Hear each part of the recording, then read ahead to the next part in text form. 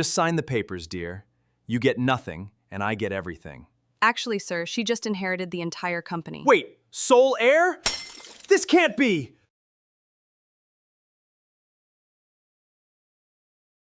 She was 7 months pregnant when her husband handed her divorce papers at a five-star restaurant on their wedding anniversary. He told her she was not CEO material. He told her she did not understand power. He told her that his mistress, his VP of marketing with a Wharton MBA, was a better fit for his world. He offered her $2,000 a month and a used Audi, and he slid a pen across the table like he was closing a business deal. She signed without a word. She walked out. And on the sidewalk, 7 months pregnant and completely alone, she made one phone call. "Daddy," she said, "it is done. Cut the lines." What her husband did not know, what he never bothered to find out in 5 years of marriage, was that the quiet woman who darned his socks and clipped coupons and drove a Honda Civic was the sole heir to a $90 billion banking empire. The woman he called Plain had been secretly funding his entire company for 3 years through a shell corporation. Every loan, every credit line, every lucky break he bragged about at dinner parties. It was all her money, every single dollar. And the prenup he was so proud of, the one his lawyers wrote to protect his little millions, it said separate assets. What is mine is mine. What is yours is yours. He thought he was protecting himself. He had no idea he just handed her the weapon that would destroy him. Within 48 hours, he lost his company. He lost his mistress. He lost his home. He lost every cent to his name. And the woman he threw away stood at a podium at the United Nations while he watched from a television in a strip mall repair shop, wearing a name tag and fixing strangers' laptops for tips. This is not just a story about karma. This is not just a story about revenge. This is a story about what happens when you throw away a diamond because you are too busy chasing glitter. Lesson and value. Here's the truth this story will teach you. The people who love you quietly are almost always the ones holding everything together. They do not brag about it. They do not ask for credit. They just show up every single day and keep the roof from caving in. The moment you stop seeing them, the moment you mistake their silence for weakness, is the moment you start losing everything that matters. This story is about recognizing value before it is gone. It is about understanding that real power is not a title or a corner office or a Forbes cover. Real power is the ability to walk away from someone who does not deserve you and build something better with the pieces they tried to break. If you have ever been underestimated, overlooked, or told you were not enough, this story is for you. And if you know someone who needs to hear it today, share it with them. Sometimes the right story at the right moment can change the way someone sees themselves. If this story hit you somewhere deep, do me a favor. Drop a comment below and tell me, was Lydia too harsh, or did Grant get exactly what he deserved? I read the first 500 comments personally, and trust me, this one always starts a real conversation. If you felt something during this story, smash that like button. It takes 1 second, and it helps more people find stories like this one. Share it with a friend, a sister, a mother, anyone who has ever been told they were not enough by someone who did not deserve them. And if you have not already, hit that subscribe button and turn on the notification bell, because next week I have got a story that is even crazier. A cheating husband, a secret pregnancy, and a winning lottery ticket that changes everything. You do not want to miss it. Thank you for staying until the end. I do not take that for granted. Your time matters, and I am grateful you spent it here. On the day of their 5th wedding anniversary, Grant Mercer looked his pregnant wife in the eye and handed her divorce papers with a smirk. He claimed she was not CEO material. He saw her Target maternity dress and her coupon clipping as signs of failure. He was completely blind to the reality that the woman sitting across from him, 7 months pregnant with his child, was the secret sole heir to the Sinclair banking dynasty. Grant thought he was trading up, but the moment he signed those papers, he did more than end a marriage. He declared war on the only financial lifeline he had ever known. And the woman he just discarded was about to teach him what real power looked like. Here is something worth remembering before we begin. The people who love you quietly are usually the ones holding up the roof. The moment you stop noticing them is the moment everything starts to collapse. Grant Mercer was about to learn that lesson the hard way. The waiter at Le Bernardin poured the vintage Pinot Noir with practiced, silent grace. It was a 2015 Domaine de la Romanée Conti, a bottle that cost more than Lydia's first car. Grant Mercer did not even glance at the label. He was too busy checking the reflection of his Rolex Daytona in the butter knife. "Happy anniversary, Grant," Lydia said softly from across the white linen tablecloth. She was wearing a navy blue dress she had bought off the clearance rack at Target 3 years ago. It stretched modestly over her 7-month belly. The dress was clean, simple, and entirely unremarkable. Just like Lydia. Or at least that is what Grant told himself every time he looked at her these days. He looked up and flashed that charming, practiced smile. The same smile that had graced the cover of Forbes 30 Under 30 last year. The same smile he used on investors, on reporters, on women who were not his wife. "Happy anniversary, Lyd," he said. He did not reach for her hand. He did not ask how she was feeling. He did not glance at her belly where his daughter was growing. Instead, he reached into his suit jacket, a bespoke Tom Ford that fit him like armor, and pulled out a thick manila envelope. He placed it on the crisp white tablecloth, right between the candle and the untouched bread basket. Lydia looked at the envelope. Then she looked up at his eyes. Her expression did not change. There was no gasp, no tears welling up. Just a stillness that Grant mistook for confusion, for stupidity, for the dull blankness of a woman who could not keep up with his world. "I got you something too," she whispered, reaching for her purse. "Wait." Grant held up his hand, his voice dropping an octave. He put on his serious CEO face, the one he practiced in the mirror before board meetings. "Open mine first. It is important." Lydia hesitated.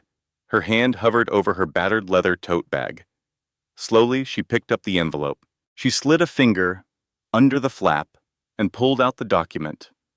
The bold letters at the top seemed to scream in the quiet restaurant. "Petition for dissolution of marriage." She read the words twice. Her hand instinctively moved to her belly. The baby kicked, as if she already knew something was wrong. "I know this is hard," Grant started. His rehearsed speech flowed instantly, smooth as the expensive wine.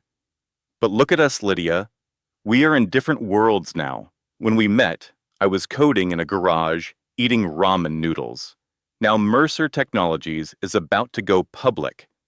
I have galas to attend, investors in Silicon Valley, partners in Tokyo, and you." He paused, waving his hand vaguely in her direction. "You like your book clubs and your gardening. And honestly, you are showing up to investor dinners in maternity wear from Target." He took a long sip of the $3,000 wine and gained confidence with each swallow. "Sierra, my VP of marketing, she gets it. She understands the pressure of my world. She speaks the language. Honestly, Lydia, I am doing this for you. You are drowning in my world. I want to set you free." Lydia read the first page of the document without expression. She did not scream. She did not throw the wine in his face. She simply asked a question in a voice so calm It should have terrified him. Did you tell her about the baby, Grant? Does Sierra know she is getting a man who leaves his pregnant wife at a restaurant on their anniversary? Grant stiffened in his chair. The charm flickered for just a moment before he recovered. Sierra and I are together. I am not going to lie to you anymore. The baby will be fine. Kids are resilient. And frankly, Lydia, I need a partner who can walk into a room and command respect, not someone who clips coupons and darns socks. The irony was so thick it could have choked her. Lydia looked down at her hands. Simple hands. No flashy manicure, no gaudy rings. But those hands had signed checks worth millions to keep his startup alive during the lean years. Checks routed through shell companies, so his fragile ego would never bruise. Those hands had built his empire while he was too blind to notice. The prenup? Lydia said quietly. Grant scoffed and waved his hand dismissively. Do not worry about that. I am being generous. I will let you keep the house in New Jersey and the Audi. I will give you a monthly stipend of $2,000 for 2 years. But the company and the intellectual property, that is mine. You signed the prenuptial agreement 5 years ago, Lydia. What is mine, and what is yours? Well, he leaned back in his chair with a cruel smile. You did not have anything then, and you do not have anything now. He slid a Mont Blanc pen across the table like he was closing a business deal. Sign it, Lydia. Do not make a scene. Let us handle this like adults. Lydia picked up the pen. She looked at him one last time, searching for a trace of the man she had fallen in love with.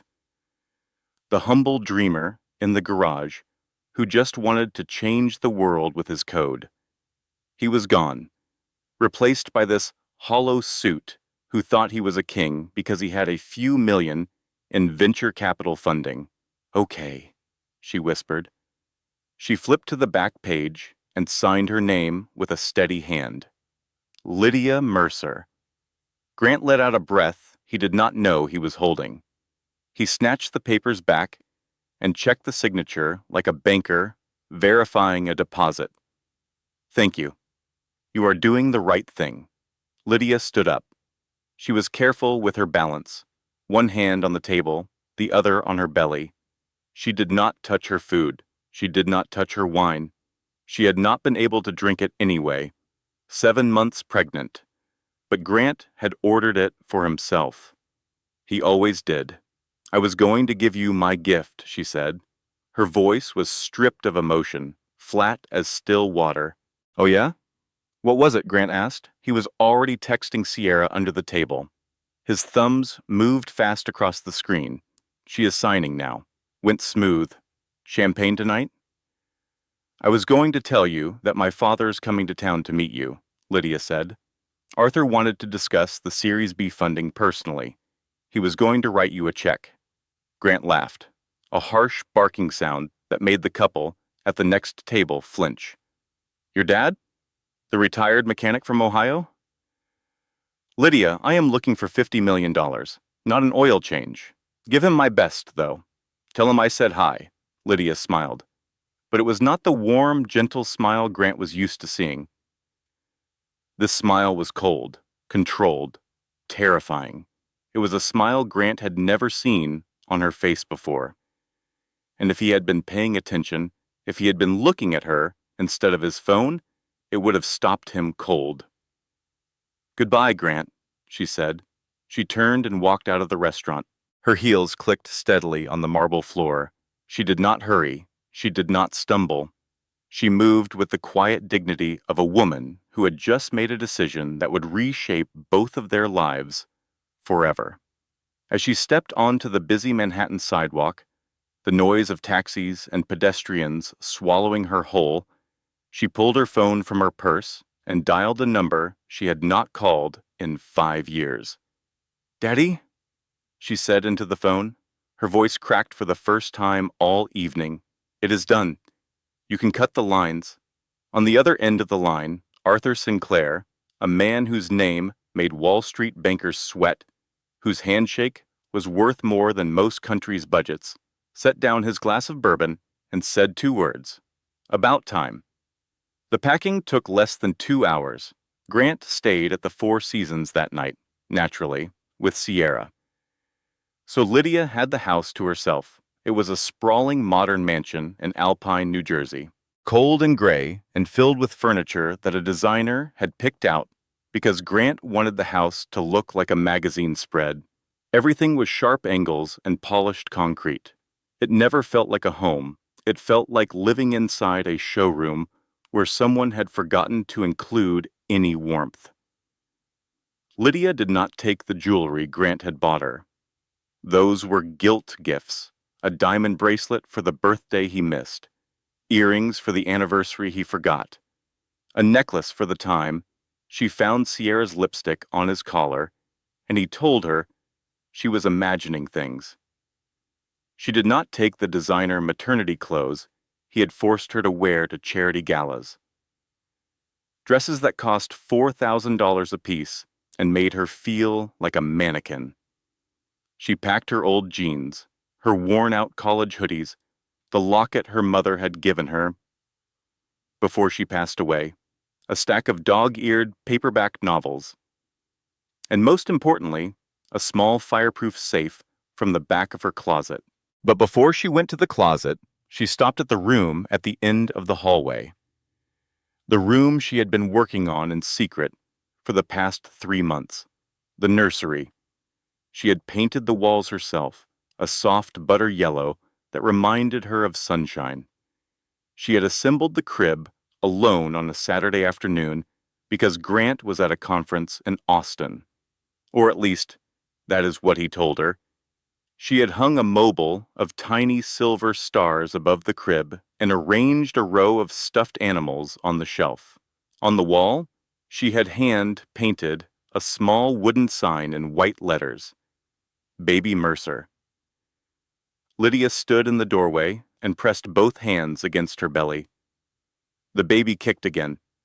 Hard this time, as if she was saying, "I am still here, Mama." The tears came then, not for Grant, not for the marriage, but for the family her daughter would never have, for the nursery that would never hear laughter, for the father who had walked away from his own child without a second thought, because his pregnant wife did not fit his brand.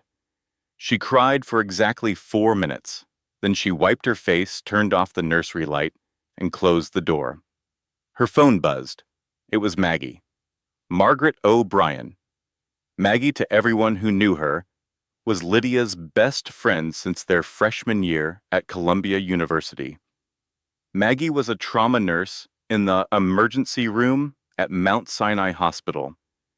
She had seen things that would break most people. She was loud, funny, fiercely protective, and she had hated Grant Mercer with a burning passion since the day she met him. "Please tell me you finally kicked him out," Maggie said the moment Lydia answered. "He kicked me out," Lydia said. Her voice was flat but steady. "On our anniversary, at Les Bernardins." "Les Bernardins?" Maggie's voice went up 3 octaves. "He could not even ruin your life at an Applebee's? That pretentious. Okay, I am coming over with ice cream and trash bags. We are packing your stuff and his ego into separate containers." "Maggie, I am fine, girl." Maggie's voice dropped into her serious nurse tone, the one she used when patients tried to leave the hospital against medical advice. "You are 7 months pregnant, sitting alone in a house that looks like a West Elm catalog threw up, and your husband just left you for a woman named Sierra. You are not fine, and I'm bringing the chunky peanut butter kind. Do not argue with me." Despite everything, Lydia almost smiled.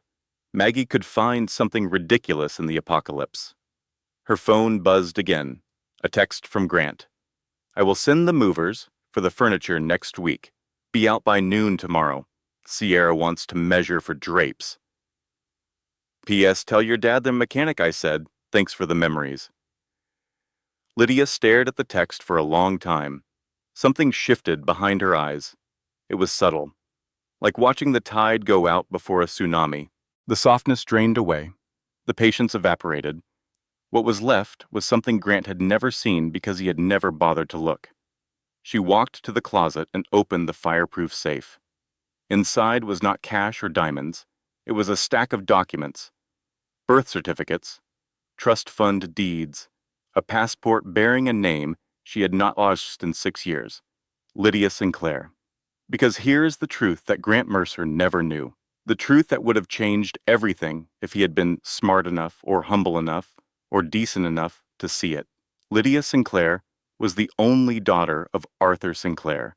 And in the world of high finance, the Sinclair name was not just old money. It was the foundation that old money was built on. Names like Zuckerberg or Musk or Bezos were new money, flashy, loud. The Sinclairs were the bedrock beneath all of it. They owned the banks that loaned money to the billionaires. They owned shipping lines that moved goods across every ocean. They held real estate empires in London, Dubai, and Manhattan. They controlled vast reserves of gold bullion in vaults beneath the streets of Zurich. The Sinclair family fortune was not measured in millions. It was not measured in billions. It was measured in the kind of numbers that made governments nervous. And Lydia was the sole heir to all of it. When she met Grant 6 years ago, she was trying to escape. The Sinclair name was a gilded cage. Every man she dated wanted her checkbook. Every friend she made wanted her connections. She could not walk into a room without people calculating her net worth, so she left. She changed her name to Lydia Smith. She moved into a tiny apartment in Brooklyn. She got a job at a used bookstore. She wore jeans and sneakers and ate dollar pizza. And she fell in love with a broke computer programmer named Grant Mercer, who was building a startup in his garage and could barely afford ramen. He was passionate, he was hungry, he had a dream. And when he looked at her, he saw Lydia. Not Lydia Sinclair, not the heiress, just Lydia. The girl who laughed at his terrible jokes and brought him coffee at midnight when he was debugging code. She thought she had found real love, the kind that had nothing to do with money. She was wrong. 3 years into the marriage, Grant's company was failing. He could not make payroll. No bank in New York would lend to him. His code was good, but his business sense was terrible, and he was hemorrhaging cash. He was 2 weeks away from bankruptcy. Lydia picked up the phone and called her father's private asset manager. Buy his debt, she said. Route it through a shell company registered in the Cayman Islands. Call it Apex Ventures. Make sure he never knows it came from me. For 3 years, Apex Ventures was the invisible hand that fed Mercer Technologies. Every bridge loan that kept the lights on. Every emergency credit line that covered payroll. Every lucky break that Grant bragged about at dinner parties, claiming he was a genius who always found a way. It was all Lydia. Every single dollar. And the prenup? The prenuptial agreement that Grant was so proud of? The one his lawyers had drafted to make sure that if his company took off, this nobody girl from Ohio could not take half his fortune. It said, in clear black and white legal language, that whatever is acquired by a party remains the sole property of that party. Neither spouse has any claim to the familial, wealth, or inheritance of the other. Grant thought he was protecting his millions. He had no idea that the woman across the table from him was worth more than his entire industry. He had just signed a document that legally locked himself out of her billions, and locked her out of nothing because she had never claimed a single cent of his company was hers. The prenup was not his shield, it was her sword, and he had handed it to her with a smirk. Lydia closed the safe. She picked up her phone and dialed a number. Charles Harrington III answered on the first ring. "Miss Sinclair," he said. His voice was like aged bourbon and old leather. "We have been expecting your call." Activate the clean slate protocol, Lydia said. Full execution, Mercer Technologies. Every loan, every credit line, every contract that runs through any Sinclair subsidiary. I want it all on my desk by morning. Timeline for execution, Ms. Sinclair? Not yet, Lydia said. She looked out the window at the cold, gray mansion that had been her prison for 5 years. I will tell you when. I want him to feel safe first. I want him to think he has already won. That is when we pull the floor out. Understood. And Ms. Sinclair? Harrington paused. Welcome back. She hung up. Outside, a black Lincoln Navigator with tinted windows was waiting at the curb. A man in a dark suit stepped out and opened the back door. Good evening, Miss Sinclair. The driver said, bowing his head slightly. Your father is waiting at the airstrip. The jet is fueled. Thank you, James, Lydia said, sliding carefully into the leather interior, one hand on her belly. She looked back at the house one last time. The house where she had tried to build a normal life. The house where she had been told she was not enough. The house where she had assembled a crib alone and painted stars on a nursery ceiling while her husband was in bed with another woman. The Hamptons estate, she said quietly. And James? Call Harrington back. Tell him one more thing. Yes, ma'am? Tell him I am going to need a very large closet. I have a gala to attend. The car pulled away from the curb. The mansion grew smaller in the rearview mirror until it disappeared completely. The plain housewife was gone. The Empress had returned. The Sinclair estate in the Hamptons was everything the Alpine mansion was not. Where Grant's house was cold glass and concrete designed to impress strangers, the Sinclair estate was warm stone and old wood designed to shelter family. It sat on 40 acres of rolling green lawns that ended at a private beach.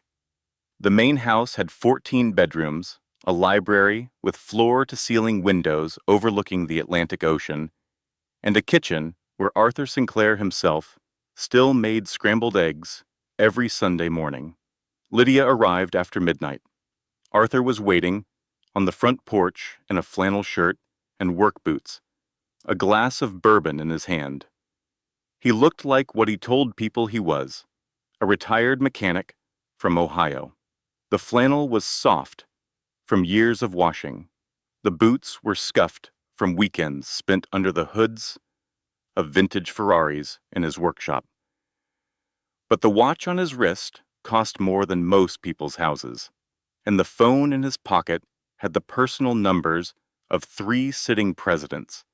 He opened the car door himself and helped his daughter out. He looked at her belly. He looked at her face. He saw the tear tracks she had tried to hide. Come inside, baby girl, Arthur said. His voice was deep and gravelly and endlessly gentle. I made soup. They sat in the kitchen. Lydia ate chicken soup while Arthur listened to everything. He did not interrupt. He did not pace. He did not pound the table or swear revenge. He simply listened, his hands wrapped around a coffee mug, his jaw tight, his eyes burning with a cold, controlled fury that was far more frightening than any outburst would have been. When Lydia finished, Arthur set down his mug. I could end him tonight, he said. 1 phone call. 30 minutes. He would not have a company by sunrise. I know, Lydia said. But not yet, Daddy. Why not? Because I want him to walk into that gala next week and see me. I want him to understand exactly what he threw away, and then I want him to watch it all disappear, piece by piece, slowly enough to feel every single thing he loses. Arthur studied his daughter's face. He saw something there he had not seen in 6 years. The Sinclair steel. He nodded once. Your mother would be proud of you. Lydia's eyes filled with tears. She blinked them away. Now go to bed, Arthur said. You are growing my granddaughter, and she needs rest. We will plan the war in the morning. For the first time in months, Lydia slept through the night. She was safe. She was home. Her father's army of lawyers was already sharpening their blades. Grant was at the Four Seasons drinking champagne with Sierra, celebrating his freedom, completely unaware that the woman he had just thrown away controlled the oxygen supply to his entire company. Lydia slept peacefully in her childhood bedroom, surrounded by old books and family photographs. She believed the worst was over. She was wrong. 3 days later, Lydia was in the Hamptons Estate Library, reviewing documents with Harrington's legal team when her vision blurred. A sharp pain, unlike anything she had ever felt, ripped through her abdomen. She gasped and grabbed the edge of the mahogany desk.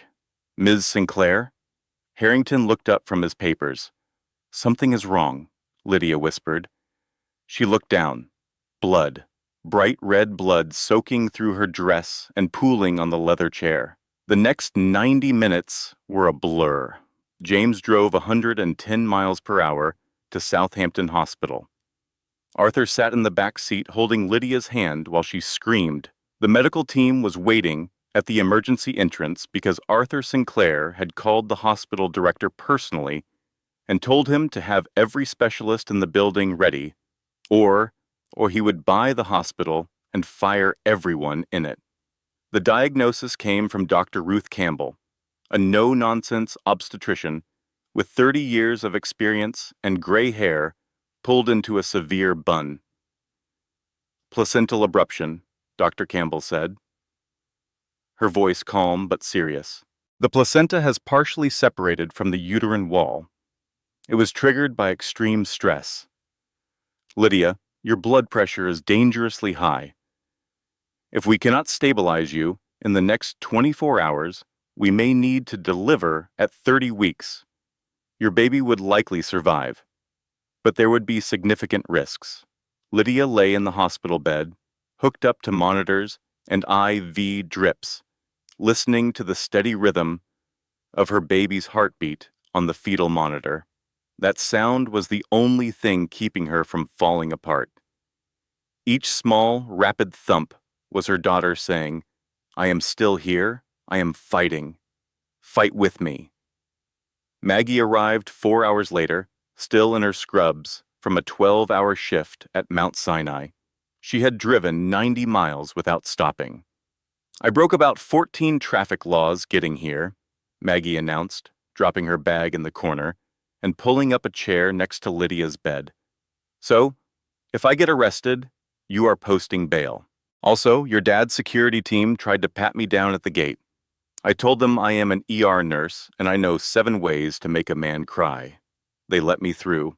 Despite the pain and the terror and the tubes in her arms, Lydia managed a weak laugh. "Thank you for coming. Where else would I be?" Maggie squeezed her hand. "Now tell me what the doctor said and do not leave anything out. I will translate the medical jargon into regular people language." Then Lydia's phone lit up on the nightstand. Arthur picked it up. His face went gray. He turned the screen toward Lydia. It was a news alert from the Wall Street Tribune. The headline read, "Grant Mercer tells press my wife left me. She is unstable. I fear for my unborn child's safety. I am filing for emergency custody." The room went silent except for the beeping of the heart monitor. "He is using the baby," Lydia whispered. Her blood pressure numbers, on the monitor, began to climb. "He is using our baby as a weapon." Within hours, the story was everywhere. Grant, coached by Sierra, had gone on a full media blitz. He had reframed the entire narrative. He was the worried father, the devoted husband who came home to an empty house. His pregnant wife had disappeared in the middle of the night, fled to an unknown location, refused to communicate. Sierra fed additional details to gossip blogs and entertainment news sites. Sources close to Grant Mercer say his wife has a history of erratic behavior. There are concerns she may be suffering from a prenatal psychological condition. Close friends worry about the safety of the unborn child. Strangers on the internet were now debating whether Lydia Mercer was mentally fit to be a mother. Comment sections filled with opinions from people who had never met her, never spoken to her, never seen the bruise on her heart from 5 years of being told she was not enough, and Lydia could not fight back. She was lying in a hospital bed with an IV in her arm and a blood pressure cuff that beeped every 3 minutes, trying to keep her daughter alive inside her body. "I will end him," Maggie said, pacing the room like a caged tiger. "I am an ER nurse. I know exactly where to apply pressure." "Maggie," Lydia said weakly. "Fine. I will only apply moderate pressure." Arthur stood at the window, staring out at the parking lot. His reflection showed a man whose jaw was clenched so tight the muscles in his neck looked like bridge cables. "Say the word," Arthur rumbled. "One phone call. I will bury him so deep they will need an archaeological dig to find his career." "Not yet," Lydia said. Her voice was barely above a whisper, but there was iron underneath it. "Let him think he is winning. Let him smile for the cameras. Men who smile at the wrong time do not realize the photographer is still shooting." She closed her eyes. The heart monitor beeped. The baby kicked. "Call Harrington," Lydia said. "Lydia, tell him Grant just gave us everything we need for the counter motion. Get the medical records from Dr. Campbell. Get the timeline of his media statements. And get me a copy of every single interview he has given in the last 48 hours. "What are you going to do with it?" Maggie asked. "I am going to let him build his own coffin," Lydia said. "And when he is done, I am going to hand him the nails." 1 week after Lydia's hospitalization, a temporary custody hearing was scheduled via video conference. Lydia appeared on camera from her hospital bed. Her hair was pulled back. She wore no makeup. The IV line was visible in her arm. She looked exactly like what she was. A woman fighting to keep her baby alive. Grant appeared from his lawyer's office in Manhattan. He wore a $5,000 charcoal suit. His hair was perfectly styled. Sierra sat beside him in the background, wearing a concerned expression that had been practiced in the mirror that morning. They looked like a power couple from a magazine cover. Stable, professional, winning. Grant's lawyer, a fast-talking man named Derek Sloan, who played golf every Thursday with half the judges in Manhattan, presented the case with polished aggression. "Your Honor, my client is deeply concerned about the welfare of his unborn child. Mrs. Mercer abandoned the marital home without notice. She has relocated to an undisclosed location and has refused all attempts at communication. Given the circumstances, we are requesting that Mrs. Mercer undergo a full psychiatric evaluation before any custody determination is made. We are also requesting that the court mandate disclosure of her current location for the safety of the child." It was masterful. Every word was designed to paint Lydia as unstable and Grant as the responsible parent. The fact that Lydia was in a hospital, fighting a placental abruption caused by the stress of her husband's betrayal, was never mentioned. The fact that Grant had not asked about the baby once since the divorce papers were signed was never mentioned.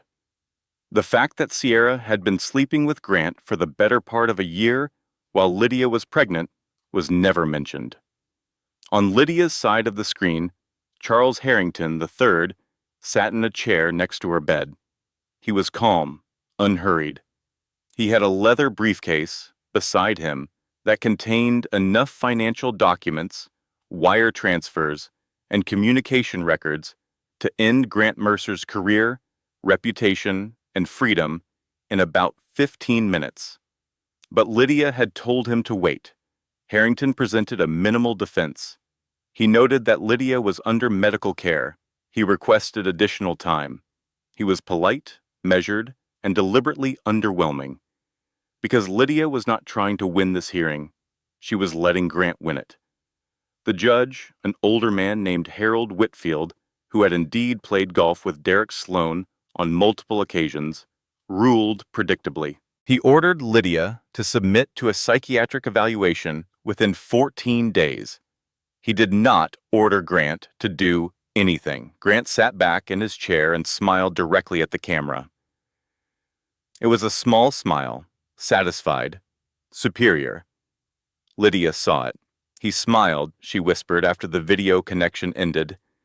He actually smiled. Arthur, who had been sitting silently in the corner of the hospital room throughout the entire hearing, with his arms crossed and his face unreadable, leaned forward. "Let him smile, sweetheart," Arthur said. "A smile at the wrong time is just evidence with teeth." Lydia lay back on her pillow and stared at the ceiling. The baby kicked. The monitors beeped. Outside, the sun was setting, painting the hospital room in shades of orange and gold. When she spoke again, her voice had changed. The softness was gone.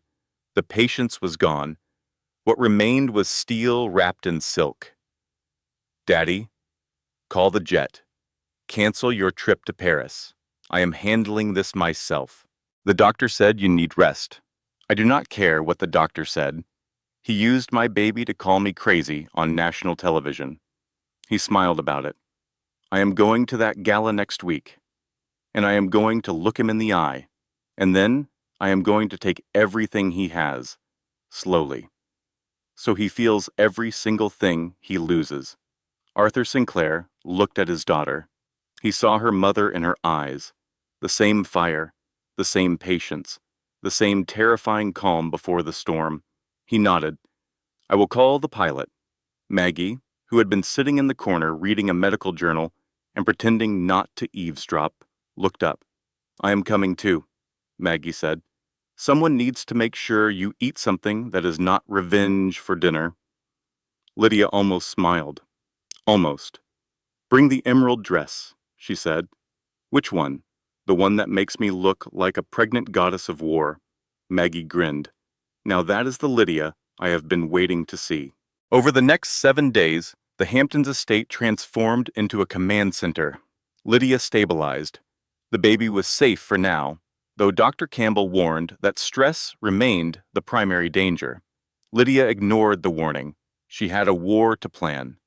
She convened the team in her father's study, Harrington and his associates, a forensic accounting firm that specialized in corporate fraud.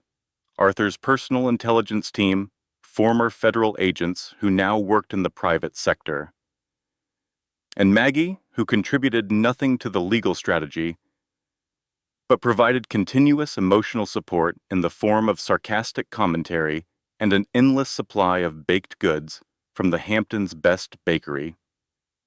Lydia laid out the plan with the precision of a military general. "Step 1, she said, standing at the head of the long mahogany table in the study. "We do not touch the loans. Not yet. Let Grant think the Apex Ventures situation is just a financial hiccup, a paperwork delay. Let him focus on finding new funding." Step 2. He will go to Ethan Caldwell. Caldwell is the only investor in New York with enough liquid cash and enough appetite for blood to move fast. Caldwell will offer predatory terms. Grant will have no choice but to consider them. Step 3. The Sinclair Foundation Gala at the Metropolitan Museum. I will attend. I will not hide. I will not say a word about the divorce or the custody hearing. I will simply be seen as myself, as Lydia Sinclair. Step 4. After the gala, simultaneous strikes. Call every Apex loan. Cancel the Sinclair Maritime Cloud Server contract. Freeze the shell accounts. File counter motions for full custody with complete financial disclosure. She paused and looked around the table. He wanted a partner who understands power. I am going to give him an education he will never forget. Harrington made a note on his legal pad. And Sierra Walsh? Lydia's expression did not change, but something flickered behind her eyes.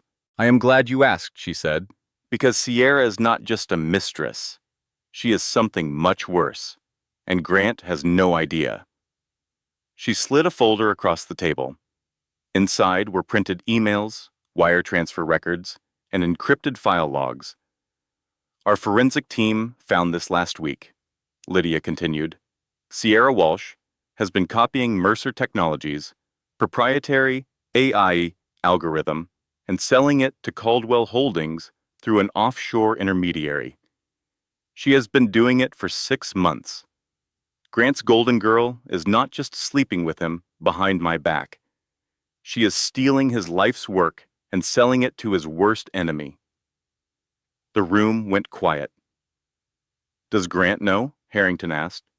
Of course not, Lydia said. He is too busy admiring his own reflection to notice he is being robbed. Do we tell the FBI? Arthur asked. Not yet, Lydia said. We let the gala happen first. We let Grant see who I really am. Then we give him one chance to hear the truth about Sierra from my lips. After that, Harrington sends the evidence to the FBI. Sierra will be arrested within 48 hours. And if Grant does not believe you at the gala? Maggie asked from the corner, where she was eating a croissant. Lydia looked at her friend with a smile that would have made Grant Mercer's blood run cold. He will believe me, she said, because by the time I am done talking, he will not have a single person left in the world to trust. 1 week after the custody hearing, while Lydia was preparing her strategy in the Hamptons, Grant Mercer was living in a bubble of delusion that was about to pop. He walked into the Mercer Technologies headquarters on a Tuesday morning like he owned the building, which technically he believed he did. The divorce was moving smoothly. Lydia had vanished without a fight, just as he predicted. No drama, no screaming lawyers. She had just disappeared. Weak, he thought, as the elevator carried him to the executive floor. She always was weak. He poured himself a coffee in the break room, winked at a new intern, who quickly looked away and strode into the boardroom. Jessica was not there. He meant Sierra. He kept mixing up their names in his head, not that it mattered. Sierra was there, sitting at the head of the conference table in a red power suit, her blonde hair swept back, her expression sharp and focused. The board members were gathered around the table with the nervous energy of people who knew something bad was coming. Today was the day they were supposed to finalize the Series B funding round with Apex Ventures. $50 million. The injection that would take Mercer Tech from a promising startup to a global player. The deal that would put Grant on the cover of Time magazine. Good morning, everyone, Grant boomed, dropping into his chair and propping his feet on the table. Let us get this signed. I have a tea time at noon. Grant, the CFO, a heavy-set man named Howard Davis, looked up from his tablet. His face was the color of old concrete. We have a problem. Grant paused with his coffee halfway to his lips. What problem? Did the servers crash again? It is Apex Ventures, Howard said. His hands were visibly shaking. They pulled out. The room went silent, the kind of silence that happens in the seconds between lightning and thunder. What do you mean they pulled out? Grant laughed nervously. We have a signed term sheet. This was a formality. Howard, this was supposed to be done. They did not just pull out of the Series B, Grant. Howard set the tablet down on the table like it might explode. They called in their loans. Grant's coffee mug stopped midair. Loans? What loans? The bridge financing from 3 years ago, the operating capital from last year, the emergency line of credit from last month. Howard was sweating through his shirt now. Apex Ventures holds 80% of our total debt. The terms stated that the debt was callable at will by the creditor. We all signed it because we were desperate, and they were the only ones willing to lend to us. They cannot call it all at once. Grant said, slamming his fist on the table hard enough to rattle the water glasses. That is $20 million. We do not have that kind of cash on hand. They gave us a deadline, Sierra interjected. Her voice was sharp, but there was something else underneath it. Something that sounded a lot like calculation. 24 hours, or they file for insolvency and seize everything. The assets, the intellectual property, the code, everything. Get them on the phone, Grant screamed. standing up so fast his chair rolled back and hit the wall. "Who is the contact at Apex? Get Smith on the phone. Get anyone on the phone." "I tried," Sierra said, looking up from her laptop. "The phone number for Apex Ventures is disconnected. All inquiries are being routed through a law firm." "Which firm?" Howard looked like he was about to be sick. "Harrington and Associates." Grant felt the blood drain from his face. Harrington and Associates was not just any law firm. They were the most feared legal operation on Wall Street. They represented heads of state, oil dynasties, the Sinclair family. "Why would Harrington be involved with a shell company in the Cayman Islands?" Grant muttered, more to himself than anyone. "There is more," Sierra said. She stood up and walked to the window, her back to the room. "We just lost the Sinclair Maritime Cloud Server contract." Grant spun around. "That is our biggest revenue stream. That is 60% of our recurring revenue. The client sent a termination notice this morning, effective immediately. They cited instability in leadership." "I am the leadership," Grant roared. "I am the most stable CEO in this entire sector." "Who authorized this?" Sierra turned from the window. Her face was carefully blank. "The contract termination came from Sinclair Maritime, the global shipping company." The name hit Grant like a slap. "Sinclair? Your dad?" "The retired mechanic." He remembered Lydia's words at the restaurant. "My father, Arthur, wanted to discuss the Series B funding personally. Number. It was impossible. Lydia was Lydia Smith. Her dad fixed cars in Dayton, Ohio. Grant had seen photos. The man in greasy coveralls. The small house with the chain-link fence. "It is a coincidence," Grant said, wiping sweat from his forehead with the back of his hand. "Lots of people are named Sinclair.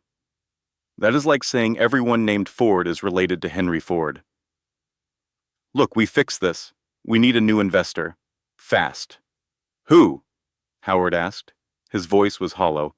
"Apex has already flagged us as high risk. No bank in the city will touch us. The news is already spreading." Grant stared at the conference table. His reflection stared back at him from the polished surface. He looked afraid. "Ethan Caldwell," Grant said. The room groaned collectively. Ethan Caldwell was everything Grant feared becoming. He was a corporate raider, a vulture who circled failing companies, bought them for pennies, stripped them for parts, and left the carcasses to rot. He had destroyed more startups than the dot-com crash.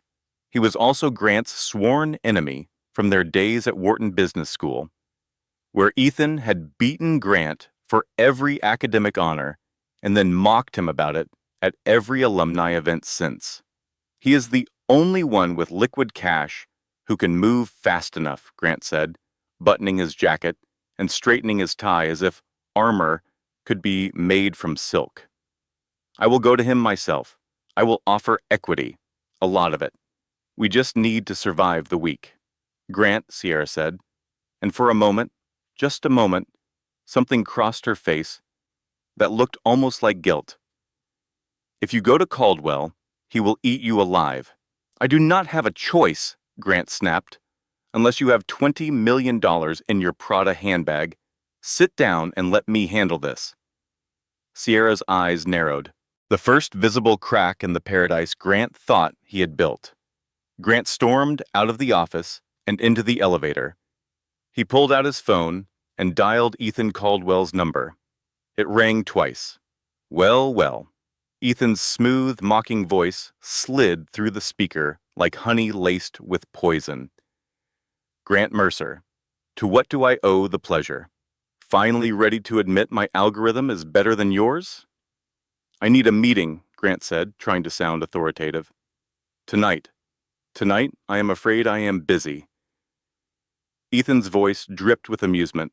"There is a private gala at the Metropolitan Museum, the Sinclair Foundation Charity Ball. Very exclusive.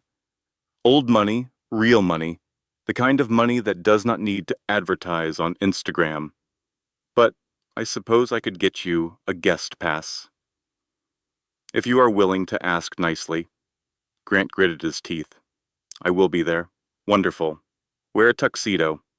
And Grant, try not to look so bankrupt. It upsets the catering staff. The line went dead. Grant stood on the sidewalk outside his own building, pedestrians flowing around him like water around a stone. He did not know that he was walking into a trap. He did not know that the gala was Lydia's territory. And he certainly did not expect that the woman he had thrown away, like yesterday's newspaper, was about to reappear as the most powerful person in the room. The Metropolitan Museum of Art was transformed into a cathedral of light and power. Crystal chandeliers threw prismatic rainbows across the marble floors. A red carpet, thicker and plusher than the one at the Academy Awards, stretched up the iconic front stairs. Photographers lined both sides, their flashbulbs firing like distant lightning as Manhattan's most powerful people ascended into the glow. Grant stepped out of an Uber Black. He could not secure a limousine on short notice because every luxury car service in the city was already booked by people who actually belonged at this event. He adjusted his tuxedo. It was the same one he had worn to his wedding 5 years ago, though he would never admit that to anyone. The fabric pulled slightly across his shoulders. He had gained weight. Stress eating. Not that he would admit that either. He felt small. Usually Grant Mercer walked into a room and owned it. He had that effect on people. The jaw, the smile, the confidence that bordered on arrogance, but never quite crossed the line in public. But here, surrounded by people whose family fortunes predated the founding of the country, Grant felt exactly like what he was. A kid from the suburbs who had gotten lucky with venture capital and mistaken it for greatness. He scanned the crowd. He saw a United States senator laughing with a Silicon Valley billionaire. He saw an oil baroness from Houston clinking champagne glasses with a European duke. He saw hedge fund managers whose personal fortunes exceeded the GDP of small nations, standing in small circles, speaking in quiet voices about things that moved markets. This was old money, the kind of money that did not yell. It whispered, and when it whispered, empires crumbled. Grant, over here. Ethan Caldwell was leaning against a massive Egyptian statue near the entrance to the Temple of Dendur exhibition hall. He held a glass of amber liquid that probably cost more per ounce than gold. Ethan looked effortless. While Grant was sweating through his rented shirt, Ethan looked like he had been born in a tuxedo, and the tuxedo was grateful for the privilege. Ethan, Grant said, rushing over with his hand extended. Thank you for getting me in. We need to talk numbers. I have a proposal. Ethan did not shake his hand. He just smiled, a cruel, knowing curl of the lip. Relax, Mercer. Drink first. Business later. Besides, you have not seen the main event yet. I do not care about the event, Grant hissed, leaning in close. I need $20 million by tomorrow morning. I will give you 15% equity. Clean deal. Fast close. Ethan laughed. It was loud enough that several heads turned in their direction. 15%? Grant, by tomorrow morning, your company will not be worth the paper the stock certificates are printed on. I hear Apex Ventures is foreclosing. Bad news travels fast in this room. You are radioactive, my friend. Then help me, Grant said. And for the first time, the desperation broke through the polished surface. He sounded exactly like what he was, a drowning man reaching for anything that floated. I might be persuaded, Ethan said slowly, swirling his drink, to buy your debt, in exchange for 60% equity, full board control, and your resignation as CEO. 60%? That is robbery. That is mercy, Ethan corrected. Take it or leave it. But hush now. He nodded toward the grand staircase. The hosts are arriving. The lights in the great hall dimmed. A hush fell over the hundreds of guests, spreading outward like ripples on still water. A single spotlight hit the top of the grand marble staircase. A voice boomed over the speakers, rich and resonant. Ladies and gentlemen, please welcome the chairman of the Sinclair Group, Mr. Arthur Sinclair, and his daughter, the director of the Sinclair Foundation, Miss Lydia Sinclair. Grant rolled his eyes. Sinclair again. Who cares about some old money family and their charity write-off? Then he looked up, and his voice died in his throat. At the top of the stairs stood an older man, silver-haired, jaw like granite, the kind of face that belonged on currency. He wore a tuxedo that fit like it had been sewn directly onto his body, but Grant did not look at the man. He looked at the woman on his arm. It was Lydia, but it was not his Lydia, not the woman in sensible sweaters and messy buns, not the woman who clipped coupons and drove a used Honda Civic, not the woman he had told was not CEO material 1 week ago at Le Bernardin. This woman was a vision of power made flesh. She wore a gown of shimmering emerald silk that flowed over her pregnant figure like water over marble. Diamonds cascaded from her neck, catching the spotlight and throwing tiny rainbows across the faces of everyone below. Her hair was a wave of gold, styled with effortless elegance. Her posture was straight as a cathedral column. But it was her eyes that stopped the room. They were clear, fierce, unbroken. She did not look down at her feet the way she used to. She looked out at the crowd as if she owned every person in it. And she did. Many of them literally banked with her family. She descended the stairs with one hand resting protectively on her belly. 7 months pregnant and radiating the kind of authority that had nothing to do with titles or corner offices. This was inherited power, the kind that ran in bloodlines and shaped continents, the kind that Grant had told her she did not possess. The crowd parted for her like the sea parting for Moses. Billionaires nodded their heads. Celebrities reached out just to brush her hand. A former Secretary of State stepped aside to let her pass. That is, Grant whispered, his brain short-circuiting. That is Lydia. That is my wife. Ethan leaned in close, his breath warm with expensive scotch. Correction, Grant. That is your ex-wife, and that is Lydia Sinclair, the sole heir to the Sinclair banking fortune. Estimated net worth, depending on which publication you believe, somewhere between $70 and $90 billion. Her father is Arthur Sinclair, the man you called a retired mechanic. Grant's knees nearly buckled. He likes to restore vintage Ferraris, Ethan continued cheerfully. It is a hobby. He spends weekends at his estate in Greece, de Bibium, but during the week he moves nations. You really did not know?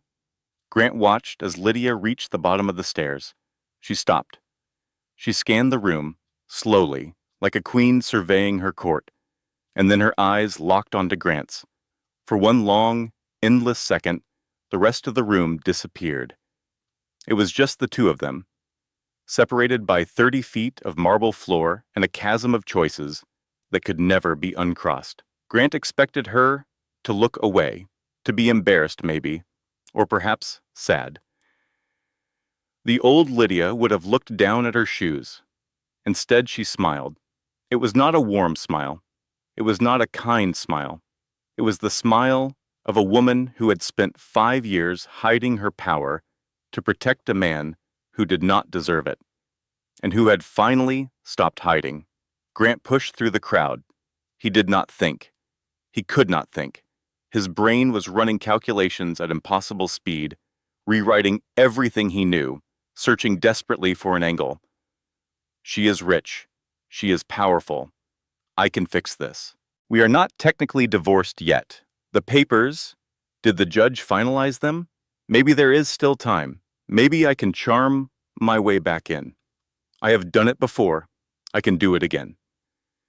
He shouldered past a group of Japanese investors, ignored their annoyed looks, and planted himself directly in Lydia's path. "Lydia," he called out. His voice cracked on the second syllable. The music seemed to drop. The circle of elites surrounding Lydia fell silent, sensing that something was about to happen. In this world, drama at a public event was better than any investment return. You could not buy entertainment this good. Lydia turned slowly. Up close, she was breathtaking and devastating in equal measure. The sapphire and diamond necklace she wore was probably worth more than the Series B funding Grant had been begging for. "Grant," she said. Her voice was cool, polished, completely stripped of the warmth she used to save exclusively for him. "I did not expect to see you here. This is a charity event. I thought you only attended things that benefited you personally." "Lydia, what is this?"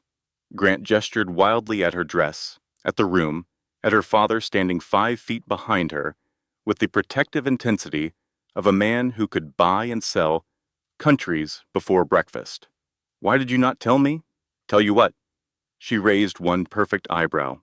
"That my family has money? Would it have mattered, Grant? Would you have loved me more?" The question hung in the air like a blade. "We are partners, Lydia." Grant lowered his voice, trying to deploy the famous charm. He reached for her hand. "Secrets destroy marriages. We can talk about this. We can work this out. I was hasty. I was wrong about the divorce. Let me come home. Let us start over." Lydia did not take his hand. She looked at it as if he were offering her something unclean. "Partners?" She stepped closer. Her pregnant belly was between them now, a physical reminder of everything he had thrown away. "You called me unstable on national television. You filed for emergency custody of a baby you have not asked about in 6 weeks. You told a reporter I might have prenatal psychosis. You told the judge I fled the marital home." Her voice dropped to a whisper, but somehow it carried through the silent hall. Every ear was straining to hear. "Does this look like psychosis to you, Grant?" He opened his mouth. Nothing came out. For the first time in his professional life, Grant Mercer had no pitch, no angle, no clever words. Just the raw, exposed terror of a man who was watching his last chance slip through his fingers in front of 300 of the most powerful people on earth. A heavy hand clamped down on his shoulder. The grip was iron. Grant flinched and turned. Arthur Sinclair stood behind him. The older man was 6'2" and built like the cars he restored in his spare time. His eyes were cold enough to freeze running water. "I believe the lady has finished speaking with you," Arthur said. His voice was a low rumble, like distant thunder rolling across a valley. "Mr. Sinclair," Grant stammered. "Arthur, there has been a misunderstanding. I have the utmost respect for your daughter. I love her. I always have." "Respect," Arthur repeated. He said the word like he was tasting something rotten. "I read the divorce papers, son. I saw the stipend you offered her. $2,000 a month. My daughter spends more than that on flowers for her charity galas. You offered to let her keep the Audi. I bought her a fleet of cars for her 16th birthday. I did not know," Grant pleaded. "She told me you were a mechanic." "I am," Arthur said, and a dangerous light flickered in his eyes. "I fix things that are broken, and I scrap things that are beyond repair. Right now, Grant, you are looking a lot like scrap metal to me." Grant pulled free of the grip and straightened his jacket, trying to recover some dignity in front of the watching crowd. "This is personal," he said, putting on his business voice. "But business is business, Mr. Sinclair. Apex Ventures is holding my company's debt. If you call it in, you destroy a promising technology company. You destroy value, jobs, innovation. That is bad business, and you know it." Lydia laughed. It was genuine, amused, musical, and it cut Grant deeper than any insult ever could. "Oh, Grant, She shook her head slowly. You still do not get it, do you? She took a step toward him. The crowd pressed closer, drawn to the spectacle like moths to a flame. Apex Ventures was not an investment fund, she said. It was a piggy bank. My piggy bank. I authorized every loan, every bridge, financing, every emergency credit line. When no bank in this city would touch your spaghetti code because your burn rate was out of control and your financials were a disaster, I called my father and told him to fund you. When you could not make payroll and you were about to lose your entire engineering team, I wrote the check. I routed it through a shell company so you would never know it was me, so your pride would stay intact, so you could keep telling yourself and everyone else that you were self-made. She paused, letting the words land. You were never self-made, Grant. You were kept. By me. The silence in the great hall was absolute. 300 people held their breath. Grant's face went through a series of colors. Red, white, then a gray that matched the granite pillars around them. You cannot do this, he whispered. Lydia tilted her head. The prenup you wrote, the one that says separate assets. It works both ways, darling. My billions are mine. Your debt is all yours. Every penny. She leaned closer, her lips near his ear, her voice so quiet that only he could hear the next words. And he would remember them for the rest of his life. And there is one more thing you should know. Sierra Walsh has been stealing your proprietary AI algorithm and selling it to Ethan Caldwell for the last 6 months. Your mistress is not just sleeping with you behind my back. She is robbing you blind and selling your life's work to your worst enemy. I have every email, every wire transfer, every encrypted file. Harrington is sending the evidence to the FBI tonight. She pulled back. Grant's face was the color of old paper. Your lover betrayed you, Lydia said, loud enough for the room to hear. Your wife financed you, and you chose wrong. Happy anniversary, Grant. She turned to her father with a grace that made the movement look choreographed. Come on, Daddy. The governor is waiting for us. Arthur Sinclair gave Grant one last look. It was not anger. It was not even contempt. It was pity.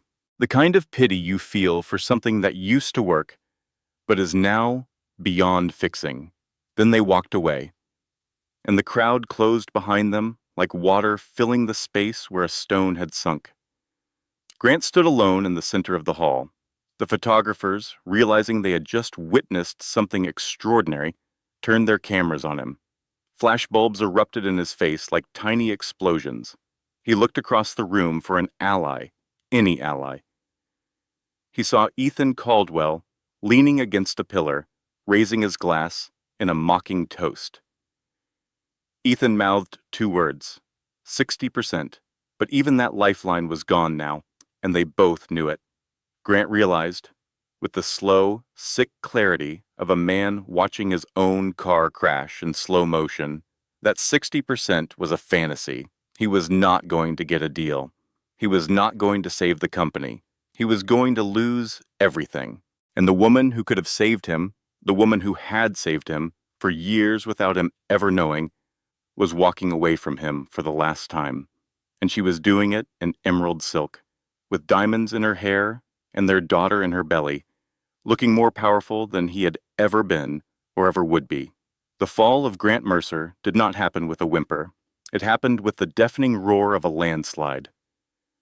The morning after the gala, while Grant lay unconscious in his hotel room, still wearing last night's tuxedo, stinking of scotch and shame, Lydia's operation executed with military precision. At 6 a.m, the Mercer Technologies Board of Directors held an emergency meeting by conference call. They voted unanimously to remove Grant Mercer as CEO, citing gross negligence and failure of fiduciary duty.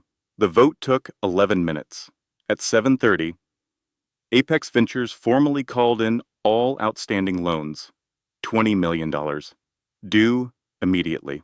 The demand letter was signed by Charles Harrington III and delivered by courier to every board member, every investor, and every banking partner that Mercer Tech had ever worked with. At 8:15, Grant woke up, showered, put on his favorite charcoal suit, the one from his Fortune magazine cover, tied his tie in a perfect Windsor knot. He needed to look invincible. He drove to the office, telling himself that everything was going to be fine. He was Grant Mercer. He had talked his way out of worse situations. This was a negotiation tactic. That was all. When the car pulled up to the glass and steel tower that housed Mercer Technologies, Grant noticed something strange. The lobby, which was usually a hive of activity at 8:30 in the morning, was completely still. No engineers rushing to stand-up meetings, no interns juggling coffee trays, just silence and fluorescent light. Grant walked to the security turnstiles and tapped his access card against the reader. A harsh red light flashed. Access denied. He tapped it again. Same result. Must be a glitch, Grant muttered. Miller, he called to the security guard, a man Grant had walked past every day for 3 years without ever learning his first name. Buzz me in. I have a board meeting. Miller did not move. He stood behind the security console, with his arms crossed and his face unreadable. I cannot do that, Mr. Mercer. Before Grant could respond, a voice echoed from the direction of the elevators. You were the CEO, the voice said. Grant spun around. Standing in the lobby was a man in a blue windbreaker with the letters U.S. Marshal printed across the back in large yellow text. Beside him stood 2 uniformed officers and a woman in a severe black suit holding a stack of files. Grant Mercer? The marshal asked, stepping forward. Yes, but what is going on? This building is now a seized asset under the jurisdiction of the Federal Bankruptcy Court. We are executing a foreclosure order on behalf of the primary creditor. Apex Ventures, you need to leave the premises. The woman in the black suit stepped forward with the calm efficiency of someone who had done this many times before. She opened a file. Mr. Mercer, you signed a waiver of the standard 30-day grace period in the Series A bridge loan agreement 3 years ago. Clause 14, Section B. In the event of a material breach of trust or leadership instability, the creditor reserves the right to immediate asset forfeiture. Material breach of trust? Grant sputtered. I have not breached anything. The board voted at 6 this morning. They removed you unanimously. Your access has been revoked. You're trespassing, Mr. Mercer. You need to leave immediately.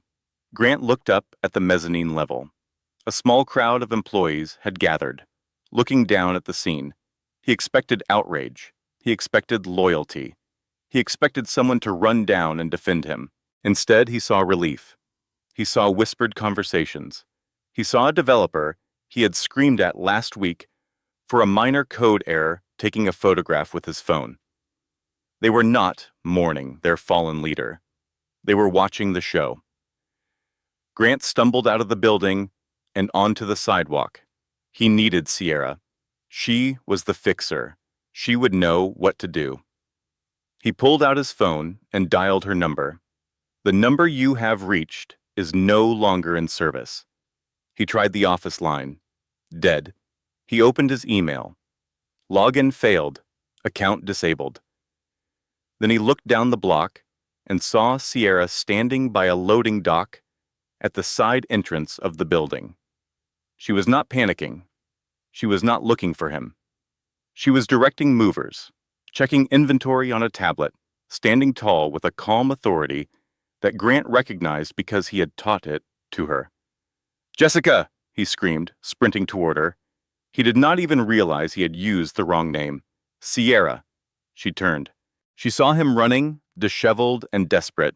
She did not flinch. Grant. Sierra, they locked me out. The marshals are here. We need to activate the backup accounts. She removed his hand from her arm with gentle firmness. There are no backup accounts, Grant. Lydia liquidated the Cayman shell companies an hour ago. She owned them, all of them. But we can start over. You and me. I have the IP in my head. We can rebuild. Sierra looked at him with an expression that was almost, but not quite, pity. Grant, I signed a contract with Caldwell Holdings this morning. Ethan hired me as his new VP of Operations. My first assignment is overseeing the acquisition of Mercer Tech assets. Grant staggered backward. You went to Ethan? After everything I did for you? You traitor. What did you do for me? Sierra's voice dropped to a hiss. You took credit for my marketing strategies. You made me lie to investors about revenue projections. You told me to create a fake media campaign to destroy your pregnant wife's reputation. And when the ship started sinking, you did not try to save a single person on board. You ran to the gala to save yourself. She reached into her bag and pulled out a small envelope. This was left for you at the front desk. She pushed it into his chest. Goodbye, Grant. Try not to make a scene. It is bad for the brand. She turned and walked into the building that used to be his.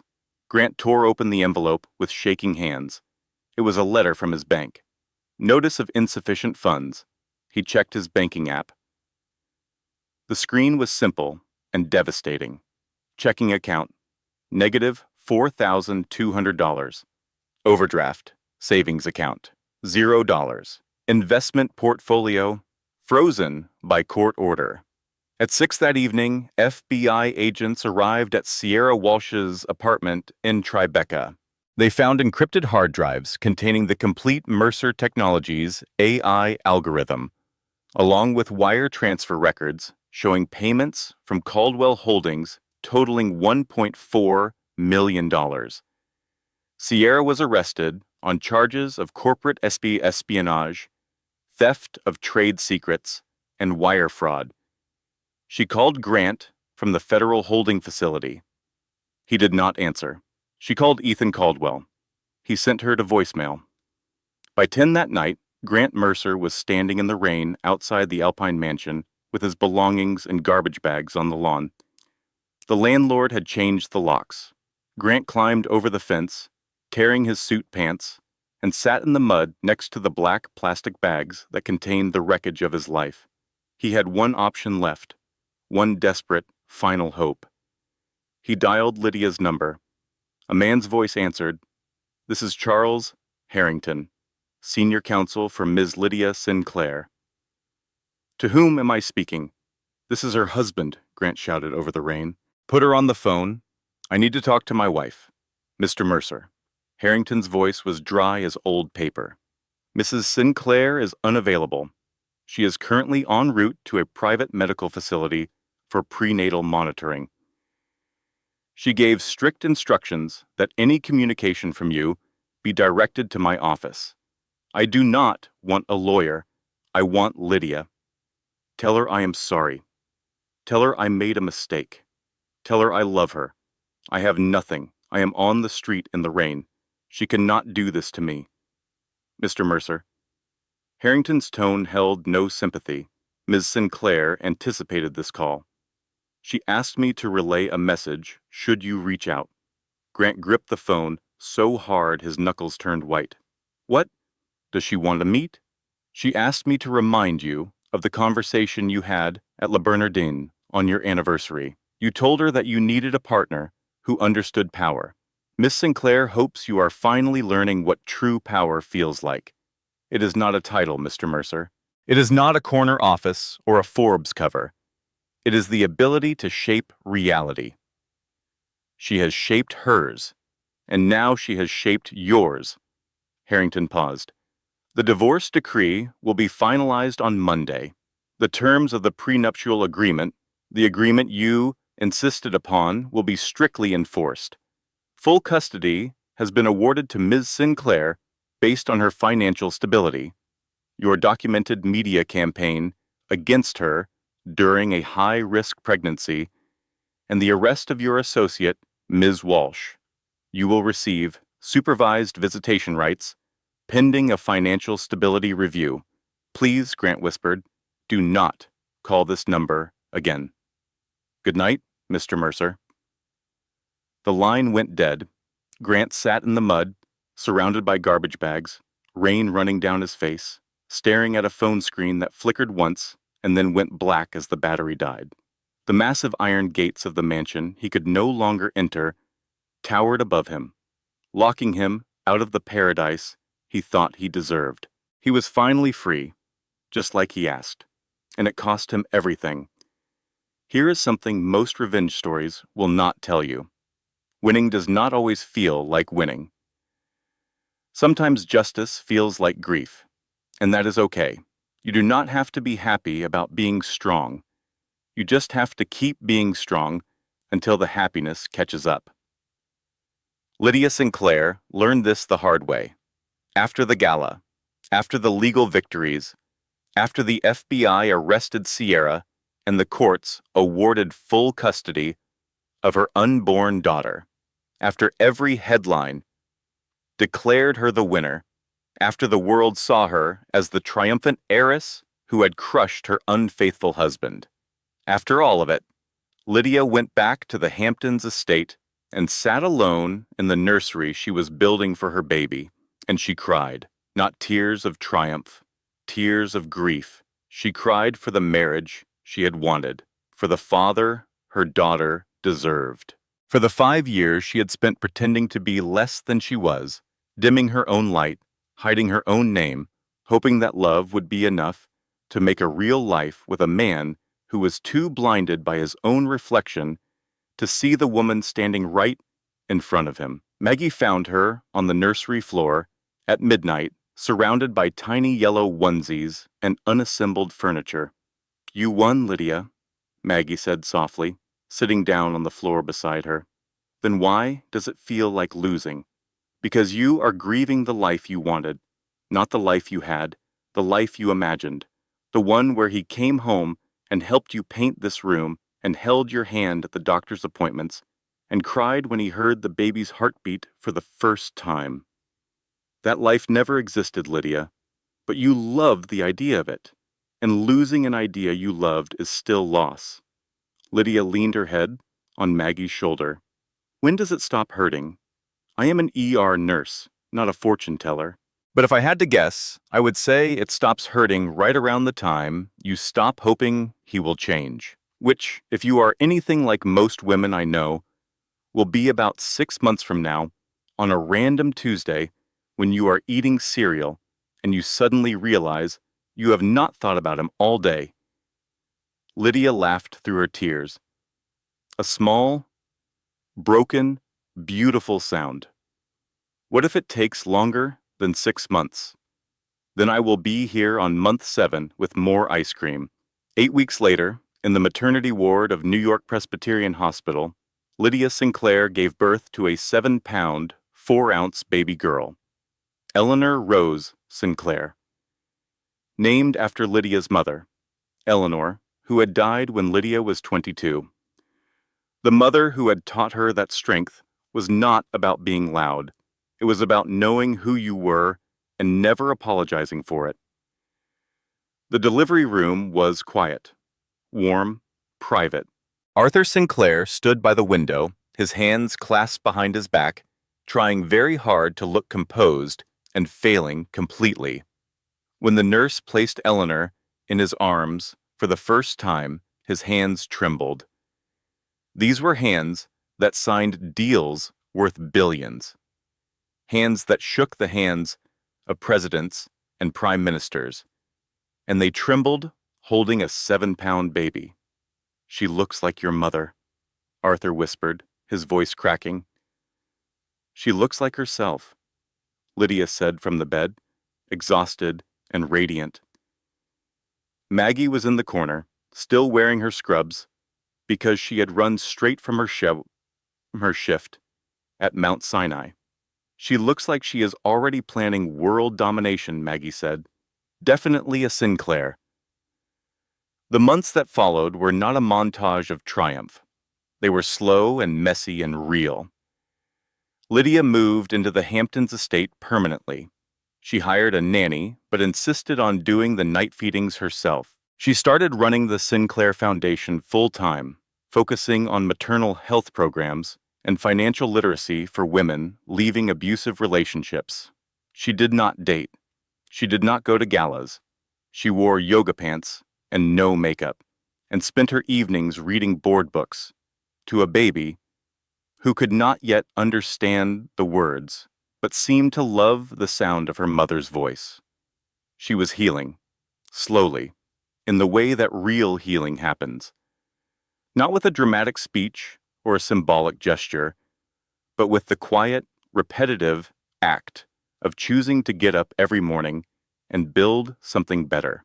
12 months after the divorce was finalized, Lydia received an invitation that changed everything. The United Nations Global Summit on Sustainable Finance, Geneva, Switzerland. They wanted her to deliver the keynote address. "I cannot bring a baby to the United Nations," Lydia told Maggie on the phone. "Why not?" Maggie said. "She is a Sinclair. She probably already has diplomatic immunity." "That is not how diplomatic immunity works." "Fine. But you are going, and you are bringing Eleanor, and you are going to stand at that podium and show the entire world what you built from the wreckage of that man's ego. And Eleanor is going to see it, even if she will not remember it. She will know someday that her mother stood in front of world leaders with a baby on her hip and told them how the world should work." Lydia was quiet for a long moment. "I love you, Maggie. I know. Now go iron your power suit. And not the black one. Wear the white one. White says, 'I am the future.' Also, it photographs better under stage lighting. Trust me, I saw it on a design show." And so, 12 months after Grant Mercer handed her divorce papers at Le Bernardin with a smirk and a Mont Blanc pin, Lydia Sinclair stood at a podium bearing the crest of the United Nations and addressed the world. Meanwhile, 3,000 miles away, in a strip mall in Queens wedged between a laundromat and a dollar store, a man in a polyester blue polo sat on a wobbling stool and stared at a small television mounted in the corner of a electronics repair shop. The air conditioner in the back room of Quick Fix Electronics rattled like a dying engine. It dripped condensation onto the cracked linoleum floor in a steady rhythm that had become the metronome of Grant Mercer's new life. He went by Grant Brown now, his mother's maiden name. The name Mercer had become toxic, unsearchable, the kind of name that made recruiters hang up and landlords double-check credit reports. He sat on the wobbly stool, adjusting a magnifying lamp over the workbench, squinting at the cracked motherboard of a third-generation tablet that someone's kid had dropped in a swimming pool. "Come on," he whispered, his hands steady despite everything. "Just bridge the connection." His hands were dry, cracked, and stained with soldering flux. The same hands that used to sign contracts at the Ritz-Carlton, the same hands that used to hold a Mont Blanc pen across a white tablecloth and tell his pregnant wife she was not enough. He was not wearing Tom Ford anymore. He was wearing a polyester polo shirt, a size too large, with a name tag pinned crookedly to the chest. Grant. Service Tech. The bell above the door chimed. A young man walked in, mid-20s, fitted navy suit, shiny watch. He carried his laptop like it was garbage he wanted to be rid of. "I need this screen replaced," the young man snapped, tossing the laptop on the glass counter. "And do not give me the 3 to 5 business days speech. I have a pitch meeting with investors in 2 hours. I need it done now." Grant looked at the kid. He saw the set of the jaw, the impatience, the way he looked past Grant as if the person behind the counter was not a person at all, but a piece of furniture, an obstacle, a thing to be used and forgotten. It was like looking into a time mirror. This was Grant 5 years ago. The same arrogance, the same certainty that the universe owed him something. I can do an expedited repair, Grant said quietly, but there is a $50 rush fee. $50? The kid scoffed. Do you know who I am? I am the founder of Streamline. We are disrupting the logistics sector. I should not be paying rush fees to a strip mall repair shop. Grant felt a flicker of the old anger, the old ego trying to ignite like a pilot light. He wanted to tell this kid that he had lost more money in a single afternoon than Streamline would ever make. He wanted to scream that he used to own buildings, like the one this kid probably rented a desk in. But he did not. He could not afford to get fired. His rent was due on Friday. The basement studio apartment in Queens that smelled like mildew and other people's cooking. It is store policy, sir. $50. The kid rolled his eyes, slapped a credit card on the counter, and turned away to scream at someone on his phone about server costs. Grant took the laptop to the back. As he worked, replacing the cracked screen with the mechanical precision of someone who had been doing this for months, his eyes drifted to the small, dusty television mounted in the corner. The shop owner usually had it tuned to sports, but today it was on the Global News Network. The breaking news banner scrolled across the bottom of the screen in urgent red letters. Live from Geneva, UN Global Summit on Sustainable Finance. The anchor's voice cut through the workshop static. We now go live to the keynote address from one of the most influential figures in global finance. She has single-handedly reshaped the banking industry's approach to sustainable development, launched the largest maternal health initiative in history, and was named Time Magazine's Person of the Year. Please welcome the CEO of the Sinclair Group, Ms. Lydia Sinclair. Grant froze. The screwdriver slipped from his fingers and clattered onto the workbench. He walked toward the TV like a man in a trance. He could not look away. He could not move.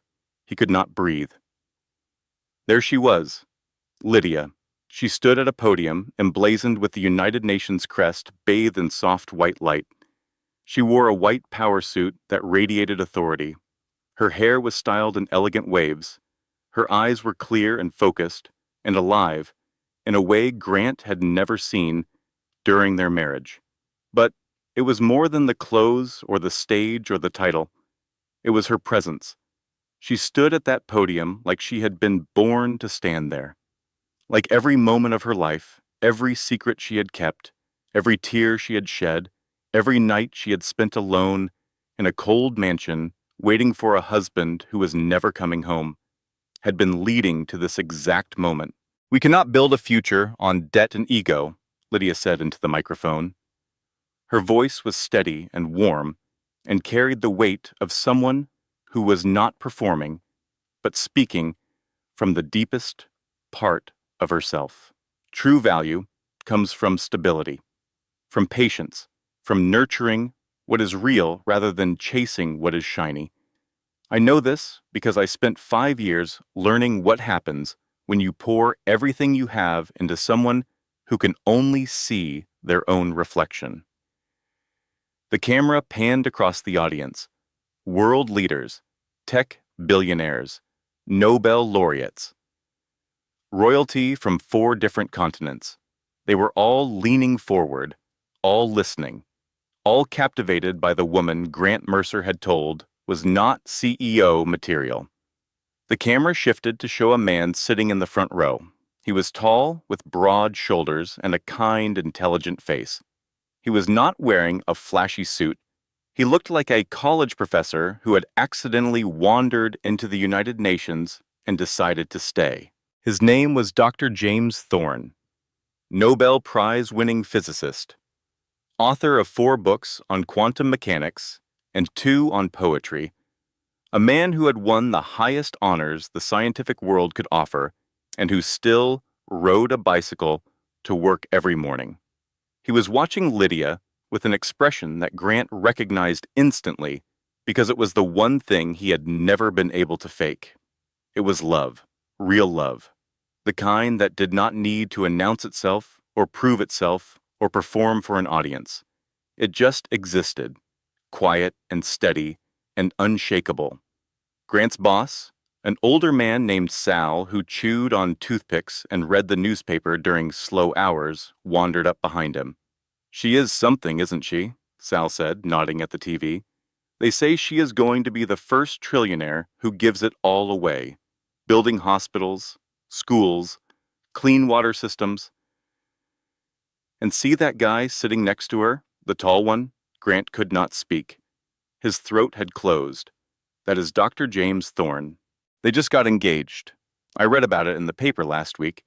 He looks at her like she hung the moon, does he not? On the screen, Lydia finished her speech. The audience rose to their feet. The applause was thunderous. Dr. Thorne stood and reached out his hand. Lydia took it. Not a showy, possessive grip. Just a gentle, steady clasp. He leaned in and whispered something in her ear. Lydia threw her head back and laughed. It was genuine, joyous, free, the kind of laugh that comes from deep inside a person who has found their way home after a long time of being lost. Grant stood in the back room of a strip mall repair shop and watched the woman he had thrown away laugh with another man, and he realized, with a clarity that felt like swallowing broken glass, that he had never made her laugh like that. Not once in 5 years.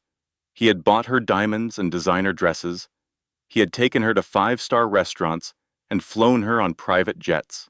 But he had never once made her throw her head back and laugh with pure, uncomplicated joy.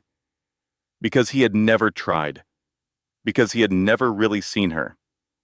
"Hey, tech guy, is my laptop done?" The shout from the front counter broke the spell. Grant looked at the TV one last time. Lydia was waving to the crowd. The camera caught a brief glimpse of a baby stroller at the edge of the stage.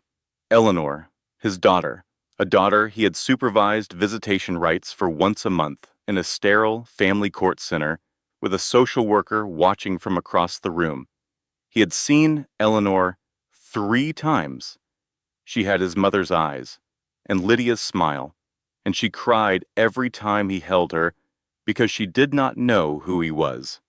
"Yeah," Grant said, his voice hoarse. "It is done." He walked to the front and slid the repaired laptop across the counter. The young entrepreneur grabbed it, checked the screen, and grunted. "Took you long enough." He pulled 2 crumpled dollar bills from his pocket and tossed them on the counter. "Here, for your trouble. Buy yourself a clue." The kid turned and walked out, the bell chiming cheerfully behind him, already back on his phone, already forgetting that the man behind the counter had ever existed. Grant stood alone in the silence of the empty shop. He looked down at the $2, not even enough for a subway fare. He looked at his reflection in the glass countertop. The lines around his eyes were deeper than they used to be. His hair was thinner. His shoulders were lower. He looked tired in a way that sleep could not fix. He looked exactly like what he was. A man who had held the world in his hands and dropped it because he wanted to see if it would bounce. It did not bounce. It shattered. He put the $2 in the tip jar by the register. Then he picked up his rag and started wiping down the counter, scrubbing away fingerprints that no one would ever notice, cleaning a surface that would be dirty again by tomorrow. On the television in the corner, the applause for Lydia Sinclair was still rolling. It sounded like waves breaking on a distant shore, like the ocean behind the Hamptons estate, where his daughter was learning to crawl on warm sand, while a man who actually deserved them made her mother laugh. "Happy anniversary, Lydia," Grant whispered to the empty room. He turned off the TV. He finished wiping the counter. He closed the shop at 9 o'clock. He walked to the subway station and waited on the platform with all the other invisible people, the ones whose names nobody knew, whose stories nobody told, whose faces blurred together in the rush hour crowd. The train came. He got on. He sat in a plastic seat next to a woman reading a romance novel and a teenager watching videos on his phone. Nobody looked at him. Nobody recognized him. He was just a man in a blue polo with flux stains on his fingers, going home to a basement apartment. He had wanted to be extraordinary. He had wanted to be remembered. He had wanted to walk into rooms and have people whisper his name with respect and envy. And now the only room that knew his name was a repair shop in a strip mall in Queens. And even there, his name tag said, Grant, Service Tech. No last name, no title, no empire. He rode the train into the dark tunnel and disappeared. 3,000 miles away, in a warm kitchen in the Hamptons estate that smelled like chamomile tea and baby powder, Lydia Sinclair sat at the kitchen table with Eleanor on her hip and Maggie across from her arguing about whether an 8-month-old baby could eat a donut. She absolutely cannot eat a donut, Maggie. She has 4 teeth. She has 4 teeth and ambition. Look at the way she is staring at that donut. That is a Sinclair stare. That donut does not stand a chance. Lydia laughed. The same laugh from the UN stage. The same laugh that Grant had never heard. James Thorne walked into the kitchen carrying 2 mugs of chamomile tea. He set one in front of Lydia, kissed the top of Eleanor's head, and sat down with a book about string theory that had a coffee stain on the cover. "How was your day?" he asked, as if she had not just addressed the United Nations. "It was good," Lydia said. "It was really good." And it was. Not because she was rich, not because she had won, not because Grant Mercer was fixing tablets in a strip mall while she reshaped the global economy. None of that was why it was good. It was good because she was sitting in a warm kitchen with people who loved her. With a man who looked at her the way James looked at her. With a friend who would drive 90 miles in the middle of the night to sit on a hospital floor and hold her hand. With a baby girl who had her grandmother's name and her mother's eyes and a future that stretched out like a sunlit ocean with no horizon. If there is one thing worth remembering from all of this, it is something Lydia's mother told her before she died. Something that Lydia had forgotten during those 5 years in Grant's cold glass house, but remembered the night she walked out of Le Bernardin and into the rest of her life. Never dim your light to make someone else comfortable. And if someone cannot see your worth when you are standing right in front of them, that is not your failure. That is their loss. And sometimes, just sometimes, it is their lesson. The grass is not greener on the other side. It is greener where you water it. Grant let his garden die. Lydia planted a whole new world. So what do you think? Was Lydia too harsh? Or did Grant get exactly what he deserved? Drop your opinion in the comments below. I read the first 500, and trust me, this story always starts a debate. If this hit you in the chest, smash that like button and share it with someone who needs to hear this today. Hit subscribe and turn on that notification bell, because next week I have got a story about a cheating husband, a pregnancy secret, and a winning lottery ticket that will make your jaw hit the floor. You do not want to miss it. See you then. This content was carefully researched, developed, and manually edited by our team to deliver meaningful storytelling with real-life lessons. Every character, every scene, and every twist was crafted with intention to entertain, to inspire, and to remind you of what truly matters. Thank you for being part of this community.